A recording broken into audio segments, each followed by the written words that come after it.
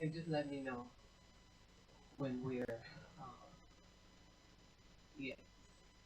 So that's going to be interesting. I'm curious to see how that's going to look on the broadcast when you put the camera. What is, did y'all ever see it?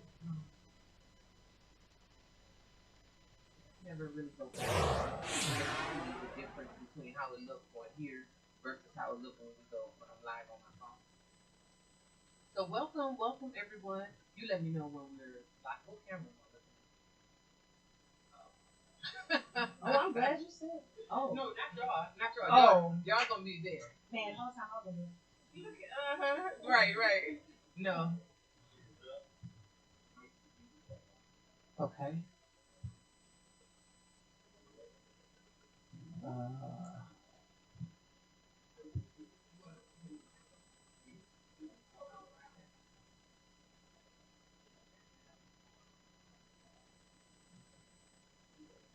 okay. So we're gearing up for you guys over here on Facebook. YouTube.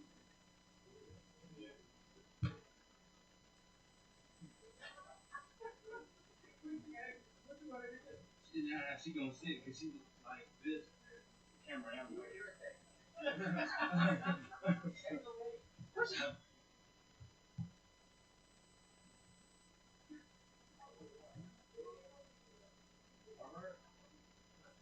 Girl, well, okay. He's so extra. Okay, hold up. I'll just sit like this. I'll sit like this.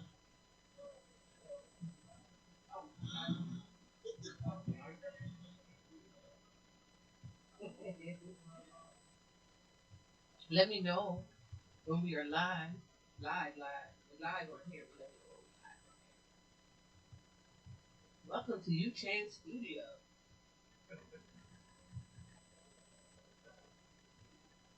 Are we good?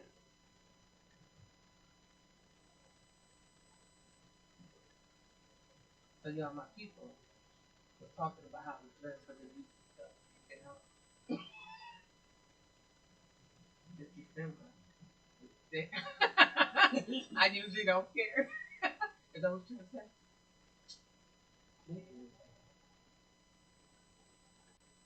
I don't have to be real. Because they're going to be wondering, my Facebook people be like, what does she have on? Man, I can only be me. That's why y'all love me. Are we ready? Welcome everyone to You Change Studios, where we present stories of heroes. So for the month of December, we will be hosting authors, local authors in the city of Toledo, state of Ohio. And today, I am excited to introduce to you two authors. One is Kayleen Powell. She is actually a two-time author, and the other one is Holly Johnson. So we want you to ask questions and we want you to support them. It takes a lot for someone to actually put pen and paper, together to actually create a book. I really want him to zoom into this book right here, into the book. So Kayleen Powell is her second book is Let Freedom Speak. Let Freedom Speak. And so stay tuned because she is going to share with us a spoken word from her first book. And I am excited. All right? I'm excited. So, okay, we got that one. You zoomed in on that one? Okay. And then Holly be you. So listen, those of you who've been asking me, how do I find my purpose? I don't know. Well, Holly has a book, Identify Your Purpose and Live It. And live it. All right, you got that? All right, we good? All right. So, without further ado, I want to introduce to you my first guest. Her name is Kayleen Powell. Welcome, Kayleen. Hello, hello. Hi, dear. How are you? I'm well. How are you? Good. So, we're just going to have a conversation. Okay. Now, there are many people out there who really want to know the process to writing your book, and I really want you to share with us what inspired you to write your book. So actually, honestly, I get this question a lot. As far as both of the books that I've written, the writing process has been different for each. So I can say for my first one, I was very reluctant. to write the book. It was not like a local writing process. It was very much being obedient. Really what that book is a reflection of obedience. But the book was actually written at the time. So as a spoken word artist, I always have my phone with me. I'm always typing in the notes of my phone. And so the book came together through a series of different pieces. I looked at the pieces and I said, okay, what story do these tell? And so I did the commentary and the narrative in between them to really tell the story about what those pieces were. And for the second book, I challenged myself. That one was more disciplined. So for my second book, I wrote a piece every single day of the month, with no exceptions. I gave myself no opportunity to make excuses about why I didn't write one that day. I wrote one every single day. And at the end of the month, I had a book. Awesome. And you're self-published, correct? Yes. Awesome. Okay. What would your readers get out of the first book? The readers, after reading my first book, would get me. I've sat in a lot of rooms and people have experienced me a lot of different ways, and I think the book is the most well-rounded version of myself. So if you've only seen me in one room, you will get the opportunity to see me in another. I think a lot of people have always believed that me walking in my purpose and doing my gift has always been really easy, and the book gives some insight into how easy it is not. How difficult it can be, and it's an ongoing growing process. So after reading it, you get a little bit of that truth, a little bit of that vulnerability, and a little bit of that realness because it's written in my voice. So you get that.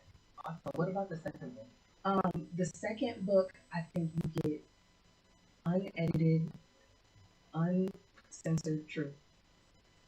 Because the book is truly a reflection of all the things that I saw and experienced and thought about over the entire period that I was writing it. So during that time, it's very raw. It's very real. I knew I was writing a new piece every day, so when I got inspiration for a piece, I wrote about it. So it's very raw. It's very real. So after reading the second book, you'll get a lot of unedited, uncensored realness. Okay, awesome. I love the fiction. Thank you. I love. I did my own cover. I became a lot of things when I started doing that book, and one of them apparently is a person who can get their own cover. I love it. I love it. So we'll get more into that. The next guest is Holly. Hi, Holly. Holly Hello. Johnson. How are you? Hi. I'm good. Can you hear me? I'm good. I'm good. Okay. All right. So Holly, this is your first book. Yes. Okay. Do you have more in store? I do. I have a couple more coming. Okay. Okay. Can you share with me what is the inspiration behind this book? Be you. Be you is all about letting everybody know how wonderful they are and how every single person has a purpose. That you were born to do certain things. And I want everybody to know that. And I don't want them to be intimidated by it. I want them to identify it and then just be energized and go forward. But it is a process, like she said, it's a process to go through. But the main thing is I want people to know that they are important, they are magnificent, they are wonderful, and they are unique. And no one else is made like them. So we need them to do what they were born to do. So, so how did you get here? Because you sound like you just been here, right? Or you just know, like. How did I get here? Well, I've been a nurse for about over 28 years. So as I see people at their most vulnerable spots. And when you're at the most vulnerable spots, you start to think about what I wanted to do, what my dreams were. I wish this and that. And I hear that a lot. Because when you're dealing with your mortality or a health issue, you start to think about past, present, future. And and sometimes people just don't realize that they are that thing, that dream or that gift, that passion. That's what they are. They don't have those thoughts by accident. So, yes. But how did you get here? Oh, me. Yeah, how did you, have you always known your purpose or understood my that? purpose. When I was in fifth grade, I knew I wanted to be a nurse. Because God put it in all of us to have it. So he just showed that to me then, and when I was in fifth grade. So I did that, and then over time, I just went with what God gave me to do. Had you ever questioned your purpose? And like, oh yeah, I questioned it. Yeah, you question it all the time because you're wondering, am I missing something, or I was gonna be doing something else in school. You know how people tell you, this is what you do, this is how you get here. If you want to be successful, you want to go this route. And when you're younger or older, and you don't know, you take advice. But sometimes that advice is not your purpose. So, Do you remember being in a dark space, like as you're trying to figure this out? oh yeah, it was in the dark because I went through school, graduate school for something that wasn't my purpose because I followed what everybody told me. And I was in a spot where I didn't like it. And I thought, I'm wasting this time. But if I don't complete it, it was like, how do you get this far and then say you don't want to do it? How dumb is that, right? Why would you do that? Why would you go all through graduate school and then say, I don't want this? This is a good job. This will set you up for life. You will be all good. But I said, I don't want to do it because it's not me, it's what everybody else told me to do. And I thought I was doing the right thing because I was always obedient girl, you know. So I did everything I was told to do. So if they said, this is how you do it, you're good at this, you do that. That makes sense. But sometimes other people just don't know what your purpose is or how to do it. So I had some people would think that was is the most ridiculous thing. Why would you do that? But I had one credit left. And it was my niece. And I didn't want to do it. So I didn't. That's interesting because there's a lot of people who are living life according to somebody else. And unfortunately, they may go years before they actually come to say, wait, hold on, this is not who I'm supposed to be. Yeah. So if I would have finished, I would have been doing something that I didn't like forever. Because once I'm in it, I'm going to have to do it. So, Okay. Okay. And so, Katie, when you're listening to Holly, right, talking about this purpose, what hits you as you're listening? Do you feel like you're walking in your purpose? Can you relate to those challenges? I feel like I am now, but I can definitely relate to the challenges. I've always been one who has anything I really put my mind or my hand to, I can't excel at. And sometimes that can be misunderstood for purpose every time you do well. And I find myself in many spaces where just because I did well at a thing, everyone around me was like, this is what you're supposed to be doing. Do this forever. This is it. But I wasn't happy I did well, but I wasn't happy. I knew that I wasn't well in doing it. So I became one of those people at a period of time where it was like, I was good at it. Okay, I'm just going to do this. And I think writing was one of the first things for me that I did it, and it wasn't one thing that I was initially just super confident in. It was one of those things that it didn't really matter how well people said I did it. I was like, so it took me a minute to step into that purpose, and now that I'm doing it, and I'm living it, and I'm walking in it, yes, I know it's where I'm supposed to be now. But I've definitely struggled with being convinced that my purpose is otherwise. So, career-wise, what are you doing? So I'm a licensed social worker and I'm a therapist. I'm about to test for my end of year licensure. Okay. Look. Yes. So that's what I do. And even in that realm, people were like, oh, even when they hear about what I do outside of that, it's like, well, why? Why do you put your time towards that? You do so well at this. You should just stick to this. But because I have received what I know is divine confirmation of what I'm supposed to be doing, those things, I say thank you. But I know what I'm supposed to be doing. Right. And so you have a piece in here that says survival versus love. Can you know what that says by heart? I don't know what to say by heart, but I know I remember right now. Okay. Can you share something with us? From that book? From this particular one. You want to see? Do you want to hear that one? Yeah, I want to hear that one. I want you to pick one too from the other one, but right now I just want you to hear that. Okay. So this piece is called Survival versus Love. had a friend ask me if Black people were raised off survival or love. I found myself perplexed when trying to answer. Without a doubt, I wanted to say love, but my people know war.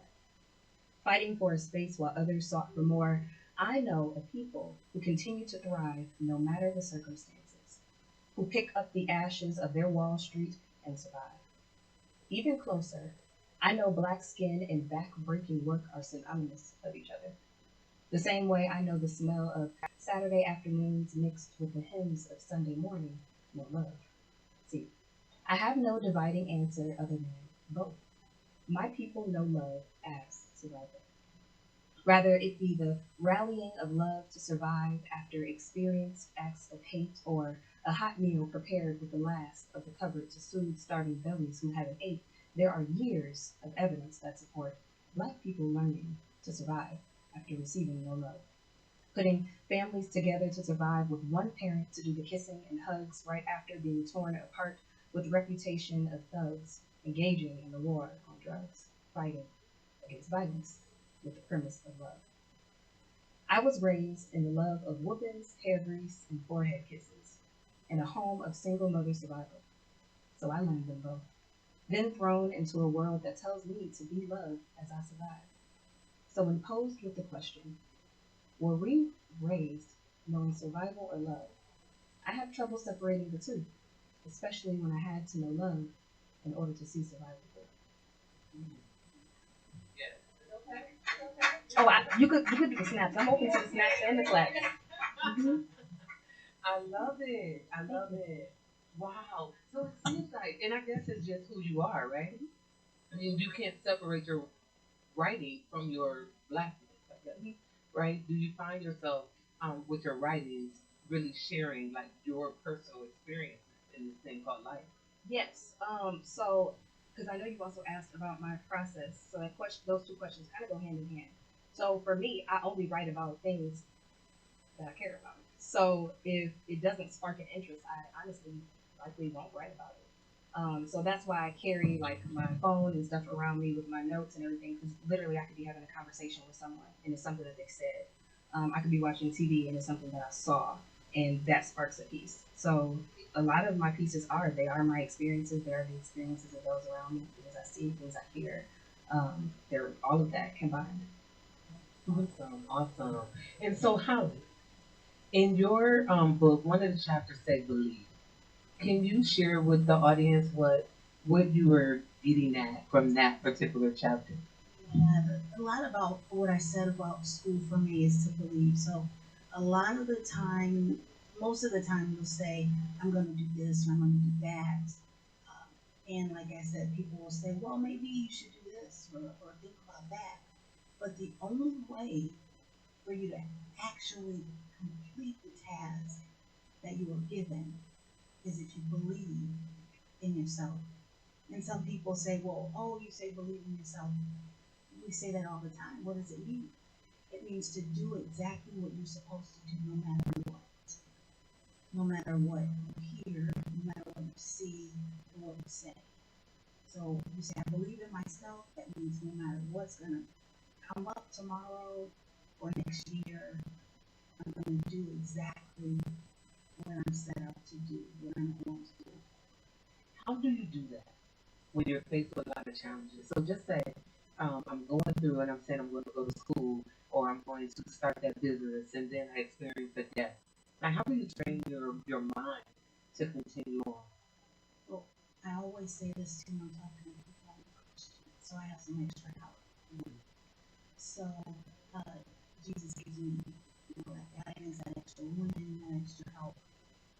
And if you aren't a Christian, but you would like to be, you will Romans 10:9. But you can also have a team of people around you. That, and it doesn't have to be a team of 10, 12, it could be one. And I always say you want to start to build your team. So you want to have a like football team. You know, in the football, this team, you're the coach, you're the quarterback.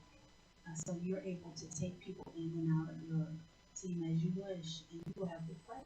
So you run the whole team, but you do need a team to get that ball to that, hit that touchdown. So you need a team. Y'all hear that? Oh, okay. Yeah, So because she didn't think I was the boss. I said, you got to remind me that I'm not the boss in certain spaces. I understand why I'm that you change. so people say, I don't have a team, I don't have anybody. But you do. You got someone. Just think about it. You got someone. If you don't have Jesus right now, just think about it. Who could I even talk to for a second about this? That's transparent. Because remember, God made you for this, so He's going to give you what He's going to do.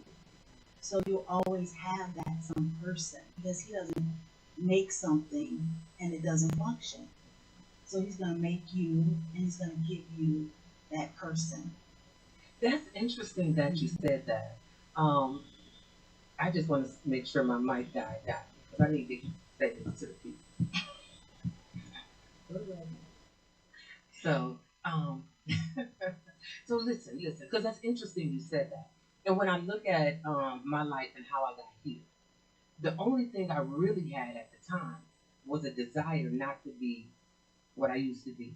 Like I had nobody to really help me move forward. So even when you don't have any person, do you have a desire, to do something different, to operate in that purpose? Because it's on that road people came. It's on that road that people came. And so that's for those of you who really looking around your house or looking around your family, because I'm gonna tell you, I said this before, the people who support me the most don't have my last name. And so if you're watching and you don't have anyone, this is why we do this, because we want you to be able to link up with Holly. Do you do coaching, Holly? Yes, January 22nd, having a seminar at the Great League. Okay. All right, she be putting them plugs in. She don't plug Jesus.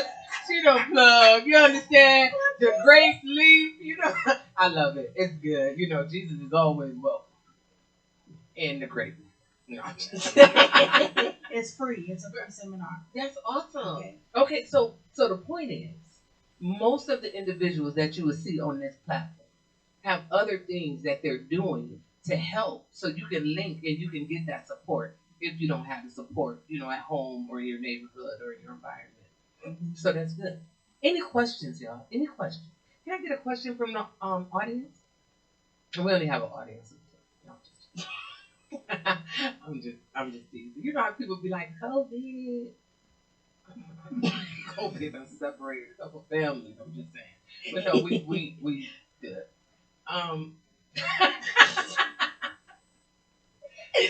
Where we at? Any questions? Make sure those of you on my live Facebook ask questions, right? That's what they're here for.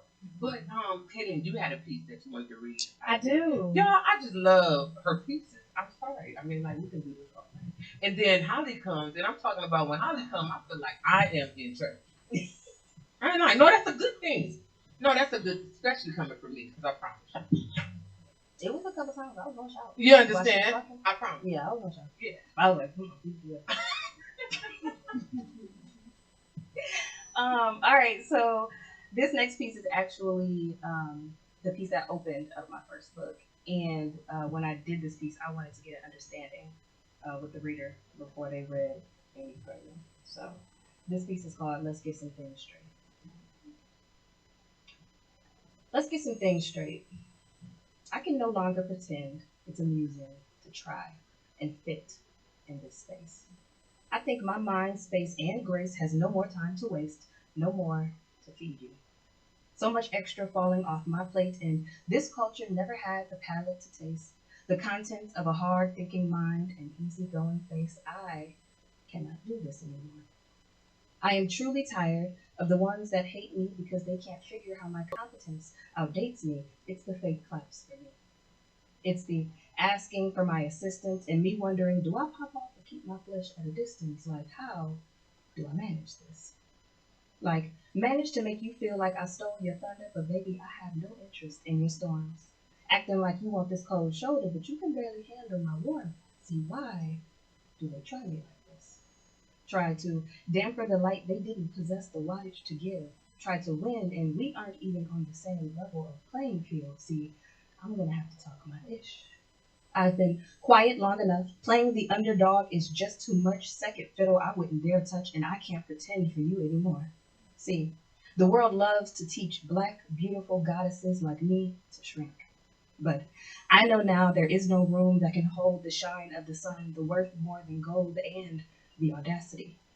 The audacity to be exceptionally, intelligently, God fearing, and wonderfully made like me. See, I am your cool drink of water, like winter fresh and ice cubes. Your never ending pool of knowledge, like the University of YouTube. See, I come with the grace of your mother, the mouth of Miss Angelou, the soul of Badu, the wisdom of your granny, and the woman you give your ring and pray I say I do. Let me stop. Back to the point. This space will never grow on me, and I truly never lacked enough capacity to fit. So while it lasted, I hope you sopped up every bit of excellence I dropped along the way. But it will never be enough. A star is never much in a world accustomed to dust. So trust, my soaring is a must. I don't fit.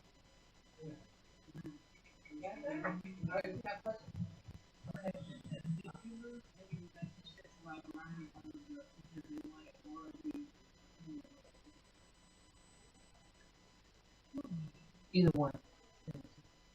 Can you say that question again?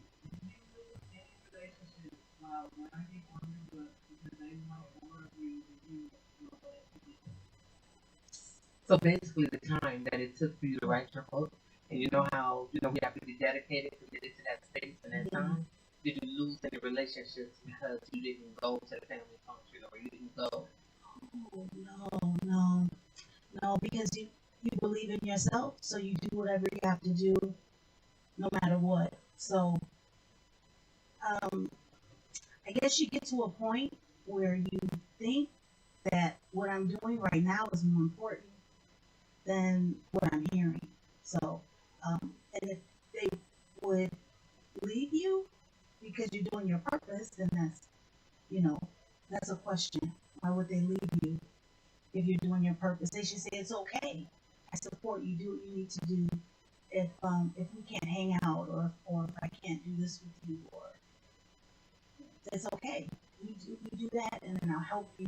I'll help you do what you need to do. So, if you feel as though someone's doing that, then you want to think about that relationship. Is it poisonous, or is it good?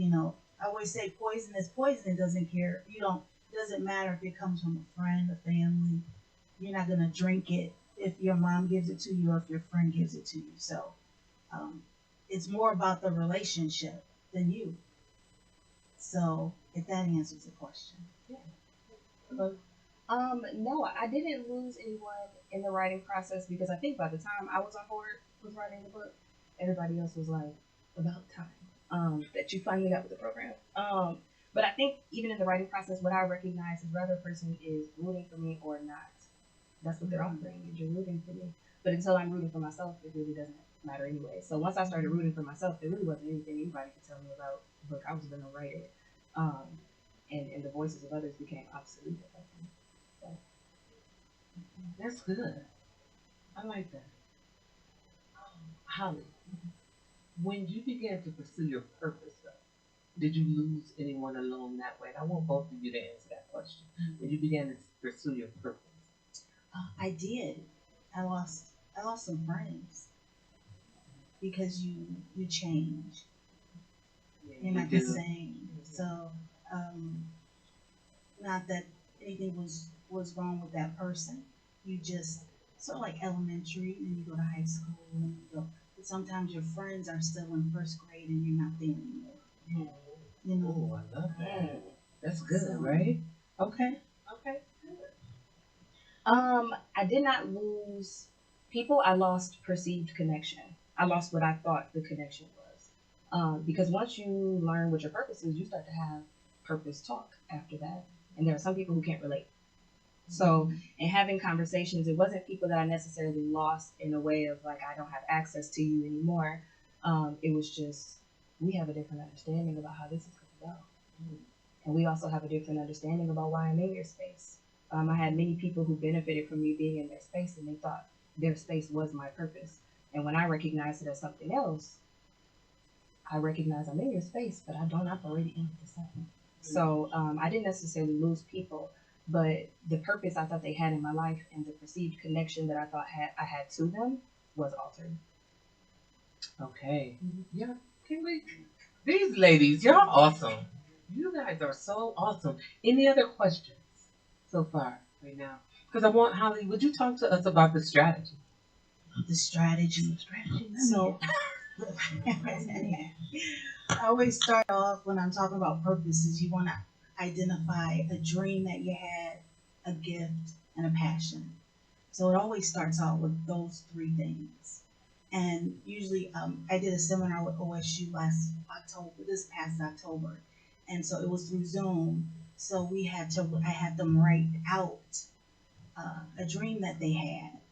It could be years ago. It could be when you were 6 or 7, and it stayed with you. Or pop up, maybe go away, pop up again, go away. Or a gift that you have, that you do have, a gift, you do have it. And write it down. Write what is it that makes you get up in the morning and just say, I can do this forever, no matter what. And that's your passion. So that's where you start with. You write them down and then you talk about it and then we go from there and then we set goals and we talk about passion individually or it is a strategy though. So it's easier to sort of write it out, think through it, because some people say, oh, purpose, I want to do this. And you can just identify it and go for it. But sometimes when you plan and you set a goal, it's easier to get there. You know? Share with us what will individuals receive when you are at your event? What date is that again? It's January 22nd, that's the third Saturday. And we're going to talk about that gifts, dreams, passions, how to get there, help you identify how wonderful you really are. Sometimes we just don't know it, but we are because we don't say it. We don't ever get up in the morning and say, oh wow, I am so magnificent. I am just the best. I'm so unique.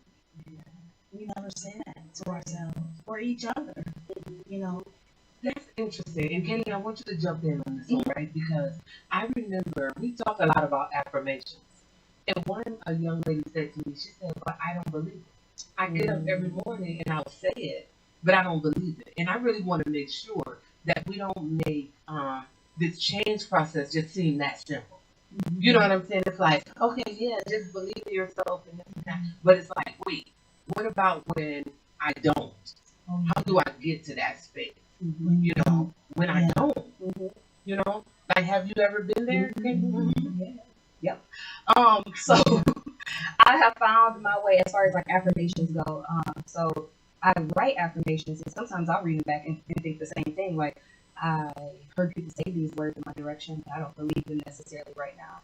And writing has been the most honest form of communication that I have. So sometimes I will open my notes and say like, God, why don't this feel true of me? Why do I keep hearing it from other people? And I can look in the mirror and I can say, well, why does this not feel true of me? And likely, honestly, what happens right after is I end up writing a piece about it. And will be given to me in that. So it's not easy. I don't always believe it, but sometimes I have to take, okay, what do I already know of myself? And then let's build on that. And then who can I go to answer these questions that I do have? So being anchored in that. Yeah, and that's okay. That's okay to say, I don't feel like this. I don't, you know. But I think, say water is wet. Say, God made you wonderful. That's a given. You'll keep saying it, and I'm hoping that you will believe it. But just because you don't believe it doesn't mean you are. You know. Ooh, yeah, that's true. But it goes back to what you were saying until you believe. It really doesn't matter the cheerleader you may have. And one of the things I shared with someone on today, I asked her, I said, well, what do you like about you? What are your strengths? And she said, well, I'm persistent, I'm loving. And I was like, that's beautiful. You know, so sometimes we have to change our perspective of it. Because often we look at the exterior and say, okay, no, I'm not beautiful. So it's hard for us to believe it when we're doing those affirmations. And so in the process, we have to help people be able to see it different. Right. You know, we have to change the we have to change the meaning. And one of the things I thought naturally, if someone looked pretty on the outside, I thought that meant they had confidence. I did not realize that someone can be naturally beautiful on the outside and not feel the same about themselves. Mm-hmm.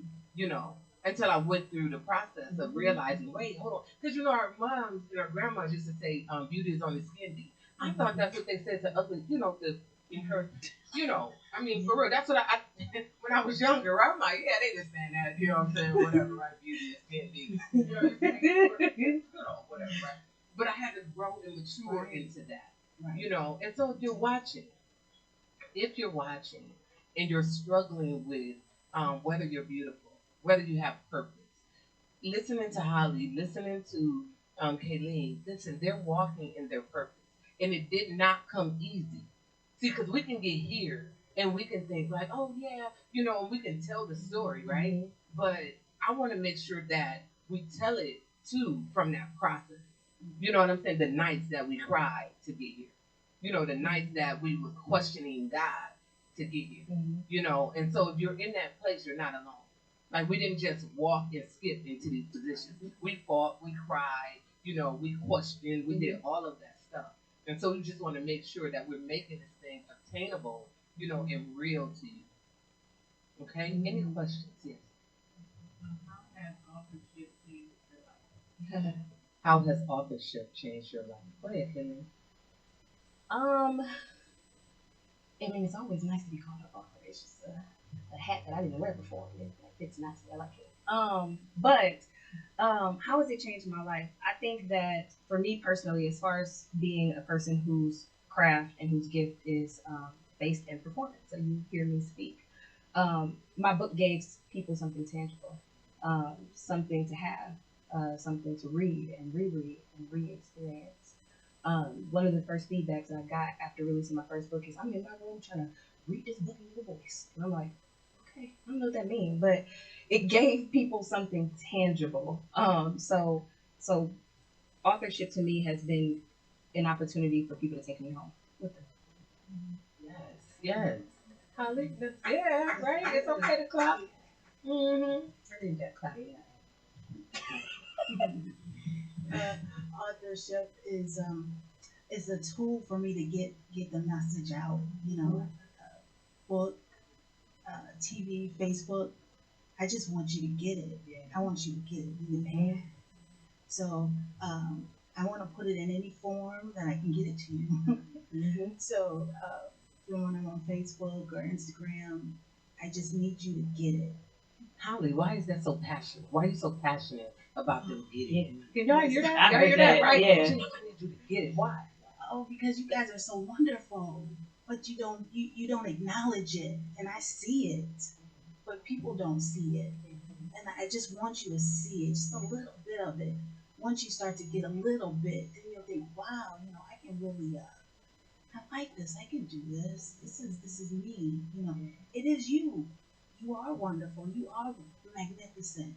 I just want you. I just don't like when you see a beautiful flower, and dirt is on it and everything, and you don't notice it's there. But once you wipe it down, and then little rain drops on, it gets nice and I'm a shout for real. And it's beautiful, but the dirt is what I want them to get off. And it's just dirt. So sometimes you have to scrub a little bit harder to get it off, but it can come off. Okay, I gotta jump in. Let me tell y'all what dirt is. So she get right. So dirt is that abuse that you may have went through. Dirt is the people who may have abandoned you. Dirt is all of those negative things people may have said about you. And so when you get in the right environment, they help you shake off that dirt, right? So you can really see the true you, the beauty, the pure beauty, right? And I love Holly's passion. She's like, no, I need you to get it, right? And so for me, I'm like passionate because I know what it's like to be in that space. You know what I'm saying? To be stuck in that space. And once you get a taste of freedom, it's like you want to go back, right? And say, hey, I got the cure. I got the cure. Right. You know? And it's like, yes, we passionate about a whole bunch of stuff. And few of us are passionate about life. You know? Passionate, like, no, you can get through it. I know you lost a loved one. I know you're hurting. I know you don't feel like life is worth living, but I promise you, if you make it through the storm, Kayleen is about to shout. I'm telling you. I'm going to shout in here. I'm going to shout in here. Kayleen, I just turned to a page. You have a piece in here that says Black Boy Joy. And see, I have to let her read it in her voice because it does something, right? Black Boy Joy. Yes. Black Boy Joy. In a world where Black Boy Joy isn't safe, just know you're welcome here. When your youth is feared, just know your life's revered. And I mean that whether you're black, brown, straight, or queer. In a world where your existence incites fear, I want you to know, Black boy, I love you. The kink of your curls, the joy in your stride, your light to this world, your flaws are beautiful to us. Despite the hate, fight through to love. I prayed for a space where your toys were safe, where your gun was as fun as the water it toted, when your value was seen as gold with which you're coated. Black boy, they're scared of your power, the radiance of your presence, the purity of your essence, but keep it. Don't let them take your shine from you. You'll need it as you grow, turning gray skies to blue, and I'm sorry in advance. Sometimes they won't believe you, won't see the you we do, will hold you back or kick you down, whatever it takes to keep you on the ground, but eventually, and not too soon, don't be afraid to let your inner man come through. As long as you hold dear the joy in you, don't let it stop you or taint your trail. In your genes, your veins, there's a story to tell. Don't lose that joy, it's yours to keep. So, Black boy, shine, even when you're hard to see.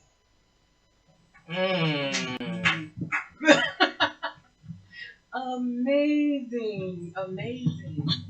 Yes. What made you write that piece? Because I know a lot of, and as a therapist, this is the way that I conceptualize it. I know a lot of Black men who are afraid of their Black boy. And not because you're just he's frightening, not that, but there's very few spaces where that was safe. There's very few spaces where being a Black boy was okay. And if anything, one thing I've always been told is being a person that's able to create space. I wanted there to be a space for everyone, and even the Black boy that sits idle sometimes in Black men. I wanted them to know that you're seen, you are heard, you are appreciated, and it is safe. Okay. What do you think about that, Holly? Because you see the similarity.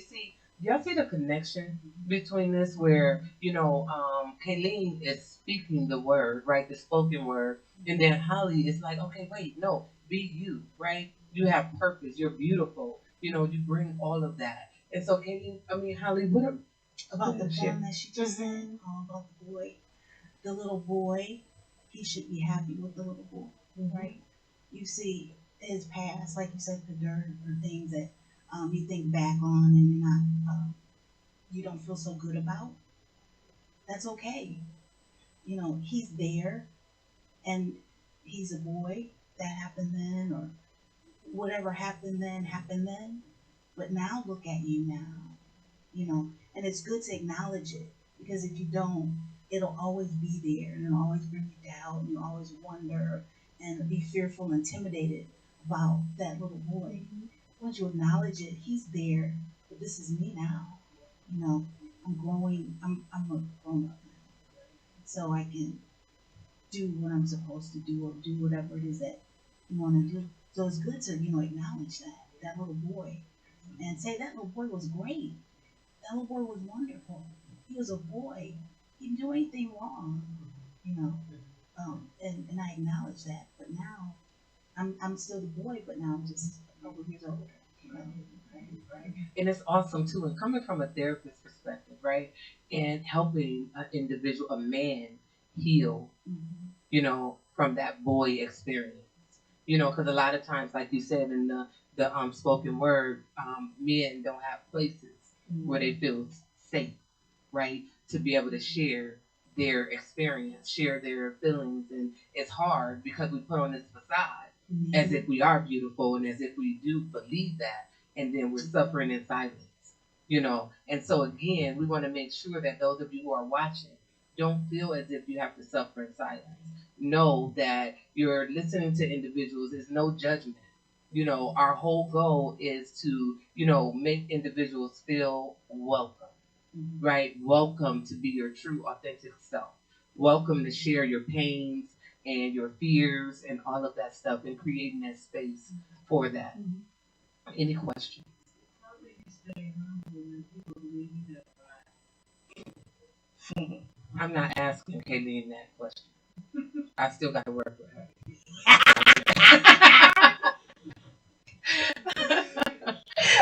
Which one of y'all would have asked? Go ahead. How you stay humble? I never really thought about it, but I would just be me, and I don't. Everybody's arrival looks different, I guess. So my arrival is always just gonna look like me. So I'm not. I don't. I would just. How do you handle to? When someone says something to you, I guess, and you feel like, oh my gosh, they think I'm this or that. I'm just me. So it just brings it right back to playing that field, that level field, yeah. And that's why I act like I act, right? Because I'm like, no, I don't want you. She's shaking her head like, Lord, Lord. But I don't want people to see me above measure. You know what I'm saying? So, I'm just like, oh no, this is me, and wherever I go. Because like Kayleen, I mean, forget what hat I needed to wear. I'd be in a strip club with my church clothes on. Like, that ain't gonna work. I need to know where I'm at. You know what I'm saying? Or in the church with my, I'm sorry. I'm sorry, y'all. I'm sorry. Kaylee. Yeah. Yeah. Look, she said, amen. I know that story. Amen. Amen. I know that story. Yeah. Yeah. I think that for me, it's easy. It's honestly sometimes easy for me to be humble than it is to be overly confident. I remain humble because I know who's in charge. The product that people see, I was never responsible for. So I rejoice for a different reason.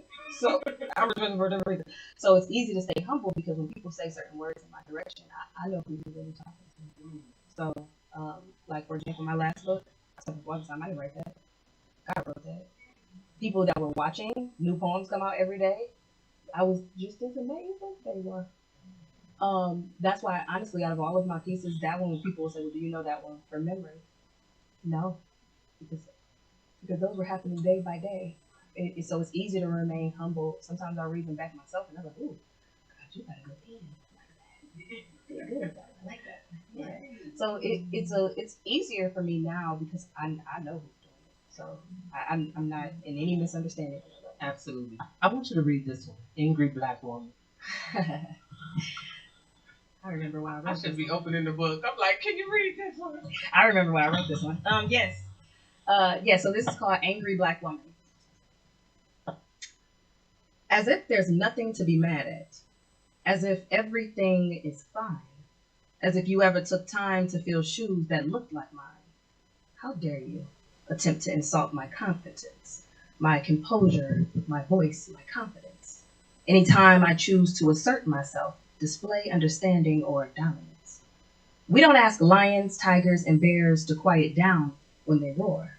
We don't ask the ceiling to be lowered because you can't reach it from the floor. But you'd rather cower down than meet the standard and do more.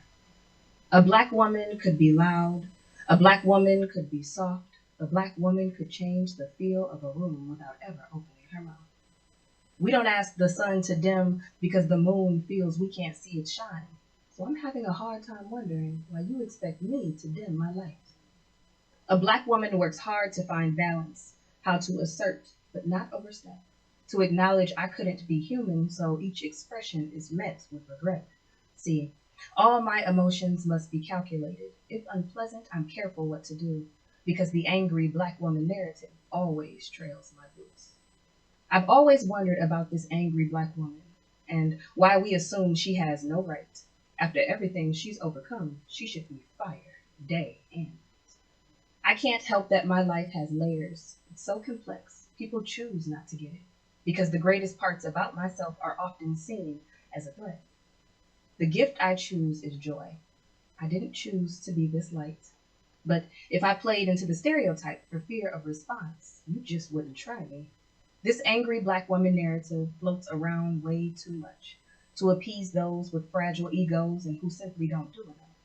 So the next time you find yourself wanting to use it, second guess and shut the hell up. Yep, that's it. That's it. Yes, ma'am. Yeah, I love it.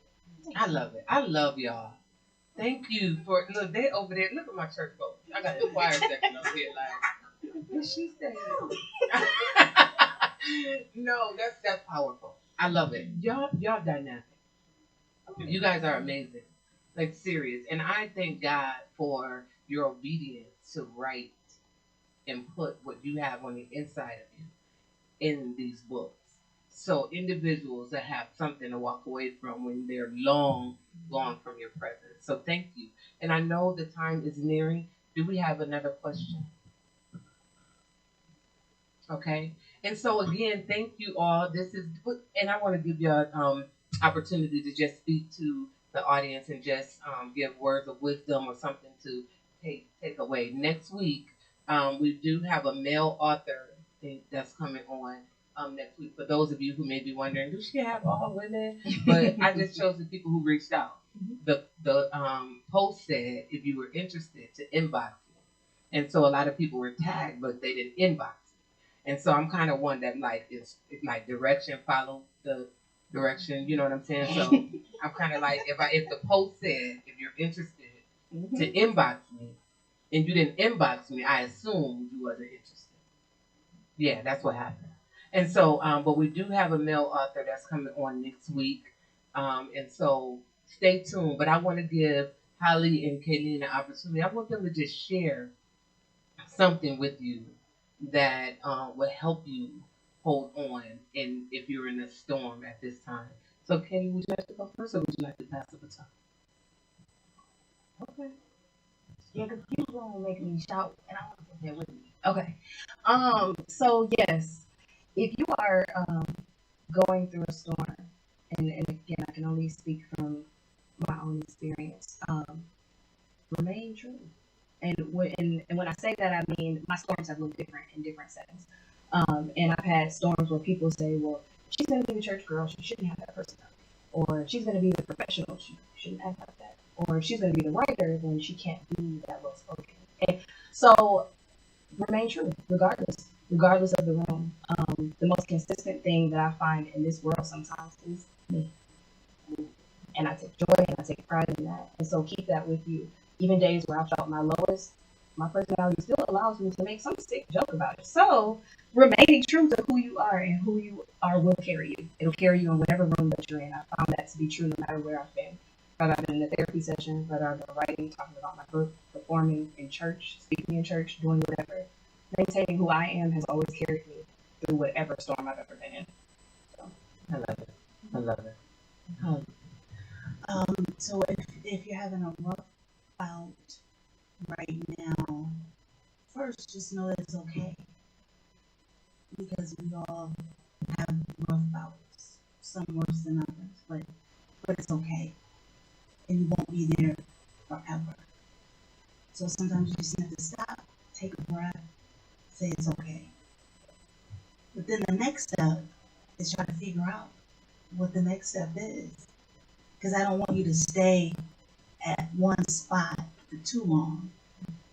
Even when you're in the storm, if you're in a boat and you're moving, you're rowing, you're trying to get out of it, you're trying to do something, and sometimes the waves just crash.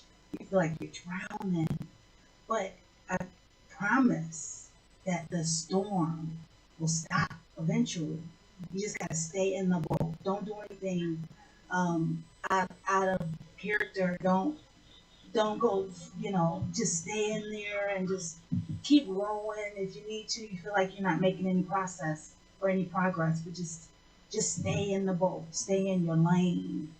It's when you get out of the lane and you get into doing other things, it's when you get off the wrong exit or you tip over. So just stay in the boat, even though you're like, I don't know what to do. That's okay, don't do anything. Just stay in the boat and do what you know to do and just keep going. Just keep going. It's just hard. It's hard. It's a hard thing. You know, I don't have an answer other than that. I don't know what. That's how I would. Absolutely. I just have to stay in the boat. Absolutely. Absolutely. All right. Thank you. Thank you both. Thank you both. Any questions? Can we give a round of applause and snaps for our ladies, our authors?